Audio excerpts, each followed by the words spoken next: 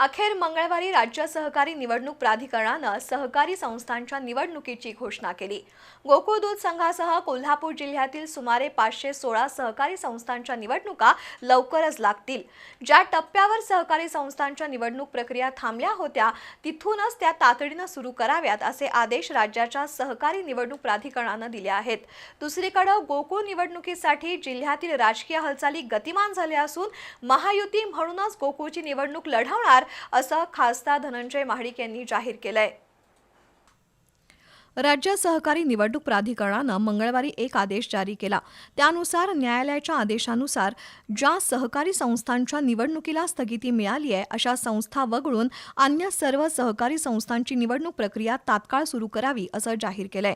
यापूर्वी अ आणि ब वर्गातील काही सहकारी संस्थांची निवडणूक प्रक्रिया सुरू झाली आणि कायदेशीर कारणांमुळे थांबली। ज्या टप्प्यावर ही प्रक्रिया थांबली होती तिथूनच पुढील प्रक्रिया सुरू करावी असे आदेश प्राधिकरणाचे सचिव अशोक गाडे यांनी दिले आहेत। विशेष म्हणजे संघीय संस्थांच्या निवडणुकांसाठी ज्या सभासद संस्थांनी आपले प्रतिनिधी ठराव सादर केले आहेत त्यांना पुन्हा नवे ठराव देण्याची आवश्यकता नाही। कोल्हापूर जिल्ह्यातील सुमारे 516 सहकारी संस्थांच्या निवडणुका आता होऊ घातल्या आहेत। त्यामध्ये 84 दुग्ध संस्था आहेत। राज्य सहकारी निवडणूक प्राधिकरणाच्या आदेशामुळे गोकुळच्या निवडणुकीचा नारळ लवकरच फुटणार आहे। जिल्ह्याच्या राजकारणात गोकुळला मोठं महत्त्व आहे। अशावेळी महायुती म्हणूनच गोकुळची निवडणूक लढवली जाईल असं खासदार धनंजय महाडिक यांनी जाहीर केलंय।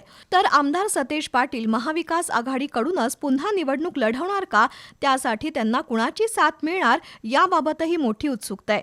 एकूणच सहकारी संस्थांच्या निवडणुकांचा मार्ग मोकळा झाल्यामुळे जिल्ह्याच्या ग्रामीण भागातील राजकारण पुन्हा एकदा ढवळून निघणार आहे।